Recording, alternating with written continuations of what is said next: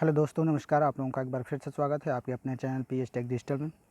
Friends, इसके पहले वाले वीडियो में हम लोग 1 से 30 तक के प्रश्नों को कर लिया था। उसके कुछ प्रश्न उसमें छूट गए थे जो कि 31 से हम लोग देखेंगे इस वीडियो में। तो आइए हम लोग टीएसटी जीआरसी नेट जेआरएफ के अंतर्गत पॉलिटिकल साइंस का आज का हम लोग प्रैक्टिस सेट हल करते हैं, जो कि आपका 31वां नंबर से प्रश्न स्टार्ट होगा। तो फ्रेंड्स, एग्ज़ाम की डेट लगभग बताई जा रही है कि जून के लास्ट वीक में या जुलाई के फर्स्ट वीक में हो सकती है। तो आप लोग अपनी तैयारी करते रहिए और प्रैक्टिस लगाते रहिए। तो चलिए हम लोग स्टार्ट करते हैं आज के वीडियो में 31वां नंबर के प्रश्न से। प्रश्न नंबर 31 देखिए, कह रहा है निम्नलिखित में से कौन सा दबाव समूह का प्राथमिक उद्देश्य है। तो बहुत अच्छा प्रश्न है 31 नंबर का प्रश्न। तो 31 नंबर के प्रश्न का जो राइट आंसर हो जाएगा फ्रेंड्स, क्या हो जाएगा। तो देखिए, दबाव समूह की बात हो गई कि प्राथमिक उद्देश्य, तो इसमें आपका जो ऑप्शन डी है वो राइट आंसर हो जाएगा। नीतिगत निर्णयों को प्रभावित करने के लिए सरकार पर दबाव डालना, ये होता है दबाव समूह का प्राथमिक उद्देश्य। पहला उद्देश्य उसका यही होता है कि नीतिगत निर्णयों को क्या करे, वो प्रभावित करने के लिए सरकार पर वो दबाव डाले। तो यानी ऑप्शन डी राइट आंसर हो जाएगा आपका। अगले प्रश्न की तरफ आगे बढ़ते हैं, देखते हैं हम लोग 32 नंबर देखिए, कह रहा है राजनीतिक दलों के सिद्धांत के संदर्भ में निम्नलिखित में से किसका प्रतिपादन मॉरिस डुवर्जर द्वारा किया गया है। प्रश्न एक बार फिर से देखिए, राजनीतिक दलों के सिद्धांत के संदर्भ में निम्नलिखित में से किसका प्रतिपादन मॉरिस डुवर्जर द्वारा किया गया है। तो मॉरिस डुवर्जर द्वारा इन चारों में से किसका प्रतिपादन किया गया है। तो इसका जो राइट आंसर हो जाएगा फ्रेंड्स, आपका ऑप्शन ए हो जाएगा। संरचना के आधार पर चतुर्वर्गीय वर्गीकरण, ये मॉरिस डुवर्जर द्वारा प्रतिपादित किया गया है। ठीक है, राजनीतिक दलों के बारे में ये उनका सिद्धांत है। तो ऑप्शन ए राइट आंसर हो जाएगा, संरचना के आधार पर चतुर्वर्गीय वर्गीकरण। अगले प्रश्न की तरफ आगे बढ़ते हैं, देखते हैं हम लोग प्रश्न नंबर 33 नंबर का प्रश्न देखिए, कह रहा है एक एकात्मक शासन व्यवस्था में स्थानीय निकायों की सत्ता, यानी कि किस प्रकार की होती है वो आपको बताना है। कि एक एकात्मक यदि शासन व्यवस्था है तो उसमें स्थानीय निकाय की जो सत्ता होती है किस प्रकार की हो सकती है। तो वह जो होगी आपकी केंद्रीय सरकार द्वारा प्रदत्त होगी। ठीक है, यानी कि ऑप्शन ए। अगला प्रश्न देखिए, प्रश्न नंबर 34 नंबर का प्रश्न कह रहा है कि राजनीतिक विकास के लक्षणों को लुसियन पाई ने वर्णित किया है। राजनीतिक विकास के जो लक्षण होते हैं लुसियन पाई ने किस प्रकार से वर्णित किया है। लुसियन पाई ने आपके देखिए इसमें समानता, क्षमता एवं विभिन्नता के आधार पर राजनीतिक विकास के जो लक्षण होते हैं उससे वर्णित किया है आपके लुसियन पाई ने। तो ऑप्शन आपका इसमें सी राइट आंसर हो जाएगा, समानता, क्षमता एवं विभिन्नता। अगले प्रश्न की तरफ आगे बढ़ते हैं, देखते हैं 35 नंबर देखिए क्या कह रहा है। राजनीतिक विश्लेषण के संरचनात्मक प्रकारात्मक सिद्धांतों को विकसित करने का श्रेय दिया जाता है। तो किसे दिया जाता है।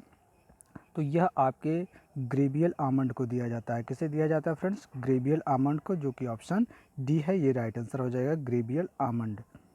अगला प्रश्न देखते हैं हम लोग, प्रश्न नंबर 36 नंबर का प्रश्न देखिए क्या रहा है। प्रश्न नंबर 36 का, जब 1858 में क्राउन ने भारत सरकार का प्रत्यक्ष उत्तरदायित्व ग्रहण किया तो सभी शक्तियां विधायी, प्रशासकीय और वित्तीय का केंद्रीकरण हो गया। ठीक है, तो इसका देखिए राइट आंसर क्या हो जाएगा, 36 नंबर। तो इसमें देखिए आपका ऑप्शन ए होगा फ्रेंड्स, भारत के सेक्रेटरी ऑफ स्टेट, यानी कि भारत सचिव और उसकी परिषद में। ठीक, केंद्रीकरण कहाँ पे हो गया, भारत के जो सेक्रेटरी ऑफ स्टेट है यानी कि भारत सचिव होते हैं और उसके परिषद में हो गया। तो ऑप्शन ए राइट आंसर हो जाएगा इसका। अगला प्रश्न देखिए 37 नंबर देखिए कह रहा है रॉलेट एक्ट का लक्ष्य था। तो रॉलेट एक्ट का लक्ष्य क्या था, पॉलिटी से संबंधित है आपके। तो रॉलेट एक्ट का जो लक्ष्य था फ्रेंड्स, वह बिना मुकदमा चलाए क्या होता था, बंदी बनाना और मुकदमों की सुनवाई संक्षिप्त प्रक्रिया द्वारा करना था। ठीक है, तो इसमें ऑप्शन देखिए आपका कौन सा राइट आंसर हो जाएगा, ऑप्शन डी राइट आंसर हो जाएगा इसका।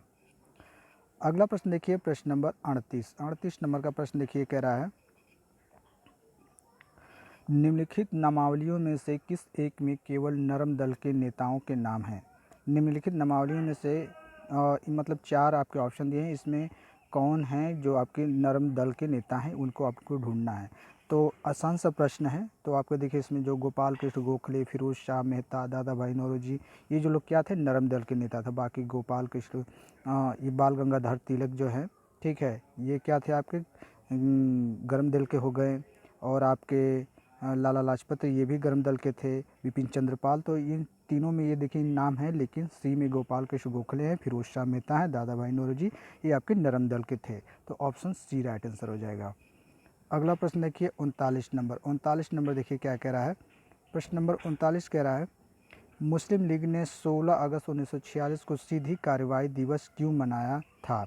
मुस्लिम लीग ने 16 अगस्त 1946 को सीधी कार्रवाई दिवस मनाया था, किस लिए मनाया था? तो उसने देखिए पाकिस्तान के मांग के लिए, ठीक है, पाकिस्तान के जो निर्माण के लिए उन्होंने मांग की थी, उससे क्या किया था और भी तेज़ करने के लिए उन्होंने इसे मनाया था 16 अगस्त 1946 को सीधी कार्रवाई दिवस। तो ऑप्शन सी राइट आंसर हो जाएगा, पाकिस्तान के निर्माण की मांग को उभारने के लिए। अगला प्रश्न देखिए 41 नंबर देखिए कह रहा है, निम्नलिखित में से कौन संसद की लोक लेखा समिति की बैठकों में उपस्थित रहता है? अच्छा प्रश्न है, लोक लेखा समिति की बैठकों में कौन उपस्थित रहता है इन चारों में से? तो वे हम उपस्थित होते हैं फ्रेंड्स, आपके जो भारत के नियंत्रक महालेखा परीक्षक होते हैं, ये संसद की जो लोक लेखा समिति की बैठक होती है उसमें ये उपस्थित होते हैं, प्रेजेंट होते हैं, कि ऑप्शन सी राइट आंसर हो जाएगा। अगले प्रश्न की तरफ आगे बढ़ते हैं, देखते हैं हम लोग 42 नंबर। देखिए 42 में कूट दिया है, थोड़ा सा आप लोग स्क्रीन रिजोल्यूशन बढ़ा लीजिएगा, ठीक है। तो देखिए प्रश्न करेंगे, राज्य विधानमंडलों के निर्वाचन हेतु सिद्धांतों में सम्मिलित है। राज्य विधानमंडलों के निर्वाचन हेतु सिद्धांतों में सम्मिलित है, 4 आपको दिए हैं, इन चारों में से कौन कौन सम्मिलित है राज्य विधानमंडलों के निर्वाचन में, ये आपको बताना है। 42 नंबर देखिए, इसमें पहले हम लोग देखते हैं पहला क्या दिया है, यह वयस्क मताधिकार के आधार पर होता है, तो बिल्कुल सही है। दूसरा क्या दिया है, प्रत्येक क्षेत्रीय निर्वाचन क्षेत्र के लिए केवल एक निर्वाचक सूची होगी, ये भी सही है, ठीक है। इसके बाद देखिए तीसरा क्या दिया है, धर्म प्रजाति लिंग आदि के लिए निर्वाचक सूची बनाने में कोई स्थान नहीं होगा, ये भी सही है, धर्म लिंग प्रजाति के आधार पर नहीं होगा। इसके बाद दिया है आपका चौथा, राजनीतिक दलों को अपने स्वयं के मानक स्थापित करने की स्वतंत्रता होगी, बिल्कुल नहीं, राजनीतिक दलों को ये कोई मानक स्थापित करने की स्वतंत्रता नहीं होती है, ठीक है। यानी कि हमारा ऊपर से 1 2 3 राइट होता है, तो देखिए ऑप्शन कौन सा है आपका, ऑप्शन इसमें आपका सी है, ठीक है, ऑप्शन सी है, ये राइट आंसर हो जाएगा 1 2 और 3। अगले प्रश्न की तरफ आगे बढ़ते हैं, देखते हैं हम लोग प्रश्न नंबर 43 नंबर का प्रश्न देखिए क्या कह रहा है।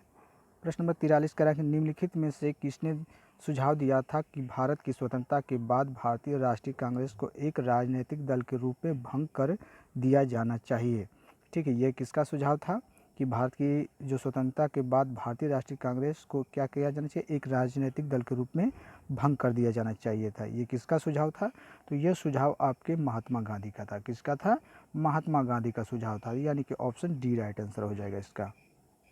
अगला प्रश्न देखिए प्रश्न नंबर 45 नंबर का प्रश्न देखिए कह रहा है, निम्नलिखित में से कौन सा एक व्यय भारत की संचित निधि पर भारित नहीं है, ठीक है। निम्नलिखित में से कौन सा एक व्यय जो है भारत के संचित निधि पर भारित नहीं है, ये ढूंढिए कौन सा नहीं होगा इसमें। तो इसमें देखिए फ्रेंड्स, आप लोग वीडियो को लाइक नहीं करते हैं, वीडियो को जब देखते हैं यदि आपके लिए यूज़फुल है तो एक लाइक कर दिया ज़रूर से करिए, ठीक है। इससे थोड़ा सा मोटिवेशन मिलता है और आपके लाइक से कोई पैसे नहीं मिलते हैं, बस थोड़ा सा ये लगता है कि आप लोगों को पसंद आई वीडियो, ठीक है, तो वीडियो को लाइक ज़रूर कर दिया करिए, ठीक है। तो 45 का जो राइट आंसर हो जाएगा, देखिए इसमें क्या कहा था, व्यय भारत की संचित निधि पर आधारित नहीं है, तो इसमें देखिए भारत के प्रधानमंत्री का जो वेतन और भत्ते होते हैं ये उस भारत के जो क्या होता है संचित निधि पर आधारित नहीं होते हैं, ठीक है, यानी कि ऑप्शन सी राइट आंसर हो जाएगा इसका, ठीक है। 45 का देखिए इसके बारे में थोड़ी सी जानकारी देख लीजिए फ्रेंड्स। 45 नंबर के प्रश्न में देखिए, संविधान के अनुच्छेद 266 में भारत की संचित निधि का प्रावधान है, कौन से अनुच्छेद में है संचित निधि का? 266 में, ठीक है, अनुच्छेद 266 में क्या है, भारत की संचित निधि का प्रावधान है, भारत के मुख्य न्यायाधीश सहित अन्य न्यायाधीशों के भत्ते, वेतन, नियंत्रक एवं महालेखा के वेतन भत्ते, संघ लोक सेवा आयोग के वेतन भत्ते इस संचयी निधि से दिए जाते हैं, ठीक है। इस जो भारत का संचयी निधि है किसे किसे दिया जाता है, जो भारत के मुख्य न्यायाधीश होते हैं, ठीक है, नियंत्रक महालेखा होते हैं, ठीक है, और लोक आयोग के जो सेवा के जो अधिकारी होते हैं उनके जो वेतन भत्ते होते हैं इस संचित निधि से उन्हें दिया जाता है, ठीक है। लेकिन भारत के प्रधानमंत्री को इससे कोई मतलब नहीं होता, ठीक है।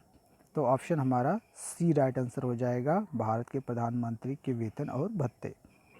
अगला प्रश्न देखिए 46 नंबर का प्रश्न देखिए कह रहा है भारत के राष्ट्रपति चुने जाते हैं। आसान सा प्रश्न है, भारत के राष्ट्रपति चुने जाते हैं, किस प्रकार से चुने जाते हैं? तो भारत के जो राष्ट्रपति होते हैं, राज्यसभा और लोकसभा जो उनकी भारत में जो लोकसभा होती है, राज्यसभा और राज्यों की क्या विधानसभाओं के निर्वाचित सदस्य होते हैं। ठीक है, मनोनीत सदस्य इसमें भाग नहीं लेते हैं, ये याद रखिएगा। राज्यसभा लोकसभा के और राज्यसभा के जो विधानसभा और जो राज्यसभा की विधानसभाएं होती हैं, ठीक है, उनके जो निर्वाचित सदस्य होते हैं उनके द्वारा राष्ट्रपति चुने जाते हैं। तो ऑप्शन डी राइट आंसर हो जाएगा। ठीक है, कौन सा? आपका ऑप्शन डी राइट आंसर हो जाएगा फ्रेंड्स। राज्यसभा लोकसभा और राज्यसभाओं की विधानसभाओं के निर्वाचित सदस्य। ठीक है, अगले प्रश्न की तरफ आगे बढ़ते हैं, देखते हैं हम लोग 47 नंबर देखिए क्या कह रहा है। प्रश्न नंबर 47 कह रहा है निम्नलिखित में से कौन सा एक कथन सही है? निम्नलिखित में से कौन सा एक कथन सही है? तो देखते हैं कौन सा सही है। तो इसमें देखिए धन विधेयक राज्यसभा में पुनः स्थापित किया जा सकता है? जी नहीं। ठीक है, पुनः स्थापित क्या पूछा है? कथन सही है। ठीक है, तो ये नहीं किया जा सकता है, तो ये हमारा तो पहला गलत हो गया। दूसरा दिया है धन विधेयक संसद के दोनों सदनों में से किसी में भी पुनः स्थापित किया जा सकता है? नहीं। धन विधेयक लोकसभा में पुनः स्थापित नहीं किया जा सकता, ये भी गलत है। और देखिए डी क्या दिया है? धन विधेयक लोकसभा में पुनः स्थापित किया जा सकता है, बिल्कुल सही। देखिए राज्यसभा में पुनः स्थापित नहीं किया जा सकता लेकिन लोकसभा में किया जा सकता है, तो ऑप्शन डी हमारा राइट आंसर हो जाएगा। अगला प्रश्न देखिए 48 नंबर का प्रश्न देखिए कह रहा है राज्यसभा में संबंधित निम्नलिखित कथनों में से कौन सा एक कथन सही है? राज्यसभा में संबंधित इन चारों में से, ठीक है, कौन सा कथन सही है? अच्छा प्रश्न है, तो मुझे लगता है कि इसका आंसर सभी लोगों को आ रहा होगा। तो देखिए इसका जो ऑप्शन ए दिया है राज्यसभा का विघटन नहीं होता, पहला ही देखिए ऑप्शन सही हो गया। ठीक है, जब पहला ही सही हो गया तो सही पूछा है, तो ऑप्शन ए ही हमारा राइट आंसर हो जाएगा, बाकी ढूंढने की ज़रूरत नहीं है। ऑप्शन ए राज्यसभा का विघटन नहीं होता है। ठीक है, ये सभी लोग जानते हैं। अगला प्रश्न देखिए प्रश्न नंबर 49 नंबर का प्रश्न देखिए क्या कह रहा है भारतीय संसद में सम्मिलित है। भारतीय संसद में सम्मिलित है, इजी प्रश्न है। कौन कौन सम्मिलित है?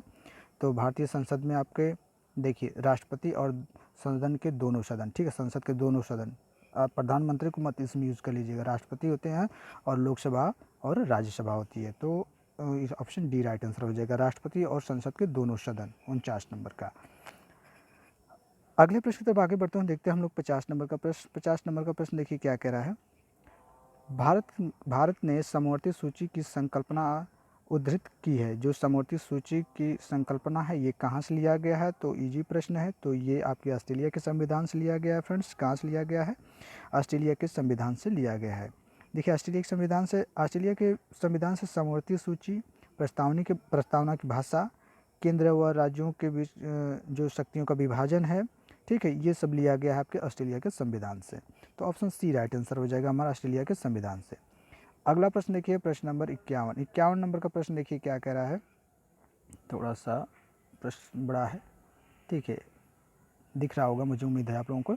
निम्नलिखित में से कौन सा एक कथन राज्य सूची के विषय के संबंध में निधि बनाने की संसद की शक्ति के बारे में सही नहीं है? इन चारों में से कौन सा ऐसा कथन है जो कि राज्य सूची के विषय के संबंध में निधि बनाने की संसद की शक्ति के बारे में नहीं है?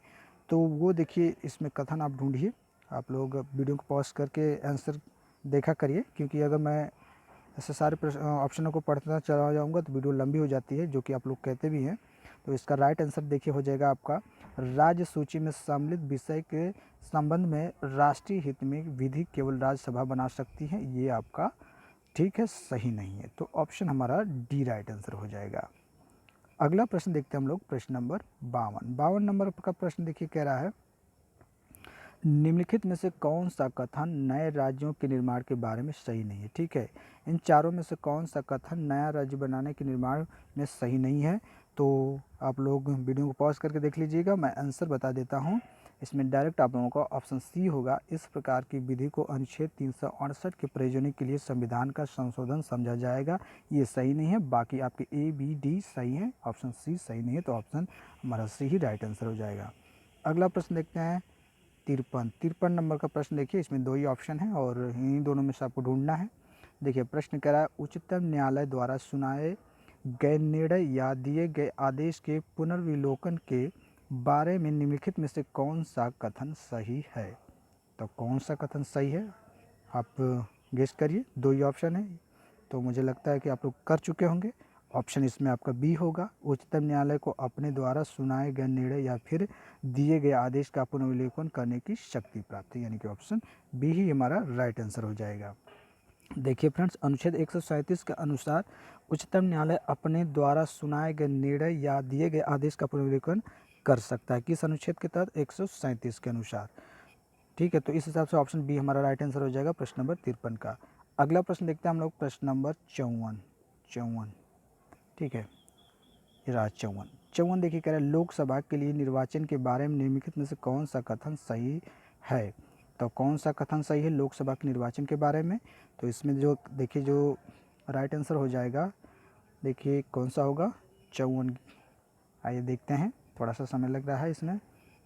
तो इसमें देखिए इसमें सी होगा, निर्वाचनों के लिए मतदाताओं की सूची को राष्ट्रपति के निर्देशन और नियंत्रण में तैयार किया जाता है। ठीक है, ये हमारा राइट आंसर होगा 54 नंबर का प्रश्न जो कि कह रहा था कि लोकसभा के लिए निर्वाचन के बारे में निम्नलिखित में कौन सा कथन सही नहीं है। ठीक है, तो ऑप्शन सी हमारा राइट आंसर हो जाएगा, ये हमारा गलत है। ठीक है, और गलत ही हमको ढूंढना था, तो गलत हमारा ऑप्शन सी है, तो ऑप्शन सी राइट आंसर हो जाएगा। अगला प्रश्न देखते हैं 55 नंबर देखिए क्या कह रहा है। जब कोई विधेयक संसद के दोनों सदनों द्वारा पारित कर दिया गया है तो निम्नलिखित में से किसको उस विधेयक पर अनुमति रोकने का अधिकार प्राप्त है? यदि कोई विधेयक संसद के दोनों सदनों द्वारा पारित कर दिया गया है, ठीक है, और इस विधेयक को क्या किया जाए, अनुमति रोकने का अधिकार किसको होता है? तो मुझे लगता है कि आप लोग गेस कर चुके होंगे कि किसके पास होता है ये अधिकार। ये होता है राष्ट्रपति। ठीक है, इसकी अनुमति रोक सकता है केवल राष्ट्रपति, यदि दोनों सदनों से पास कर दिया गया हो। ठीक है, क्योंकि राष्ट्रपति की सहमति आवश्यक होती है, तो ऑप्शन हमारा ए राइट आंसर हो जाएगा, राष्ट्रपति को। अगला प्रश्न देखिए 56 नंबर देखिए क्या कह रहा है। 56 नंबर कह रहा है प्रश्न, भारत में किसी एक राज्य की विधान परिषद का सृजन या उत्पादन कैसे किया जा सकता है? भारत में किसी एक राज्य की विधान परिषद का सृजन या उत्पादन कैसे किया जा सकता है? अच्छा प्रश्न है 56 नंबर। तो इसमें देखिए ऑप्शन देखिए आपका सी होगा, राज्य विधानसभा द्वारा इसके आशय का संकल्प पारित करने के बाद संसद के द्वारा। ठीक है, किसके द्वारा सृजित किया जा सकता है उत्पादन? तो ऑप्शन सी जो कह रहा है, राज्य विधानसभा द्वारा इसके आशय का संकल्प पारित करने के बाद संसद के द्वारा, यानी कि ऑप्शन सी। अगला प्रश्न देखते हैं 59 नंबर का प्रश्न देखिए कह रहा है,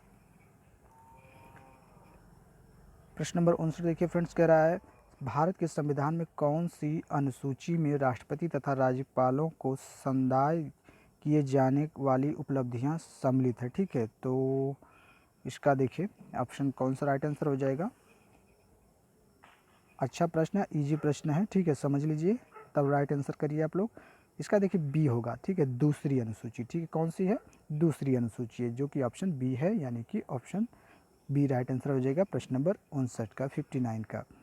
अगले प्रश्न की तरफ आगे बढ़ते हैं फ्रेंड्स, और देखते हैं फ्रेंड्स जो लोग अभी तक चैनल को नहीं सब्सक्राइब किए हैं चैनल को सब्सक्राइब कर लें, क्योंकि इस पर आप लोगों को, ठीक है, जो आपके टीएसटी पीएसटी के एग्ज़ाम होने वाले हैं उससे संबंधित आप लोगों को प्रश्न, काफ़ी अच्छे लेवल के प्रश्न आप लोगों को प्रोवाइड किए जाते हैं, तो चैनल को सब्सक्राइब कर लीजिए। देखते हैं प्रश्न नंबर 60 नंबर का प्रश्न कह रहा है, संयुक्त राष्ट्र संघ की स्थापना कब हुई थी? तो आसान सा प्रश्न है, इसका आंसर तो सभी लोग लगा सकते हैं 60 का, जो कि आपका 24 अक्टूबर 1945 को संयुक्त राष्ट्र संघ की स्थापना हुई थी, और 24 अक्टूबर को ही इसके स्थापना दिवस भी मनाया जाता है, यानी कि ऑप्शन सी राइट आंसर हो जाएगा। अगला प्रश्न देखते हैं प्रश्न नंबर 61 नंबर का प्रश्न देखिए कह रहा है, यह किसका मत है कि ब्रिटिश संविधान का अस्तित्व नहीं है? ठीक है, यह किसका मत है कि ब्रिटिश संविधान का अस्तित्व नहीं है? अच्छा प्रश्न 61 नंबर का, तो यह आपके डी टाकविले का है। ठीक है, किसका है? डी टाकविले का है, जो कि ऑप्शन ए है, ये राइट आंसर हो जाएगा। देखिए फ्रेंड्स, फ्रांस के प्रसिद्ध इतिहासकार डी टाकविले हैं। ठीक है, कहाँ के हैं? फ्रांस के हैं। इनका विचार है कि इंग्लैंड में संविधान जैसी कोई वस्तु नहीं है। टापमन, ठीक है, टामन पेन का भी ऐसा ही विचार। ठीक है, टामन पेन भी एक हमारे राजनीतिक विचारक है, जो कि इनके विचार को क्या करते हैं? समर्थन देते हैं, तो ऑप्शन ए राइट आंसर हो जाएगा, डी टाकविले। अगला प्रश्न देखिए 62 नंबर का प्रश्न देखिए कह रहा है, पॉलिटिक्स एमंग नेशंस का लेखक कौन है? ठीक है, ये पुस्तक है पॉलिटिक्स एमंग नेशंस का, ठीक है, लेखक कौन है? तो इसका लेखक आपके मार्गेंथ्यो है। ठीक है, कौन है? मार्गेंथ्यो। तो ऑप्शन ए राइट आंसर हो जाएगा, मार्गेंथ्यो, मार्गेंथ्यो। अगला प्रश्न देखते हैं और आखिरी प्रश्न है फ्रेंड्स, क्योंकि अगले प्रैक्टिस का ये बचा हुआ प्रश्न था 30 लगभग, तो उसको हम लोग इसमें कवर कर रहे हैं। तो अंतिम प्रश्न देखिए 63 नंबर का प्रश्न, देखिए क्या कह रहा है। प्रश्न नंबर 63 कह रहा है राल्स के अनुसार न्याय के लक्षण हैं। तो राल्स के अनुसार जो न्याय के लक्षण होते हैं वो क्या हैं? तो ये देखिए इसमें उनका न्याय समाज का प्रथम सद्गुण, तो ये भी है, और यह है प्रक्रियात्मक न्याय की प्रधानता, ये भी है, सामाजिक न्याय से सरोकार, ये भी है, यानी कि उपयुक्त सभी, यानी कि ऑप्शन डी राइट आंसर हो जाएगा। ठीक है, देखिए राल्स ने न्याय को शुद्ध प्रक्रियात्मक न्याय की संज्ञा दी थी, ये भी याद रखिएगा। ठीक है, उनका मानना था कि उत्तम समाज में अनेक सद्गुण अपेक्षित होते हैं, उसमें न्याय का स्थान सर्वप्रथम है। ठीक है, न्याय उत्तम समाज की आवश्यक शर्त है, उसके मूलभूत सिद्धांत का उद्देश्य सामाजिक क्या होता है? न्याय से होता है। ठीक है, तो ये राल्स का विचार है। तो ऑप्शन हमारा इसमें डी राइट आंसर हो जाएगा, उपयुक्त सभी। तो फ्रेंड्स वीडियो कैसी लगी? यदि वीडियो पसंद आई हो तो लाइक कर दीजिएगा, शेयर कर दीजिएगा। अगले वीडियो के लिए तब तक वेट करते हैं। थैंक यू, धन्यवाद।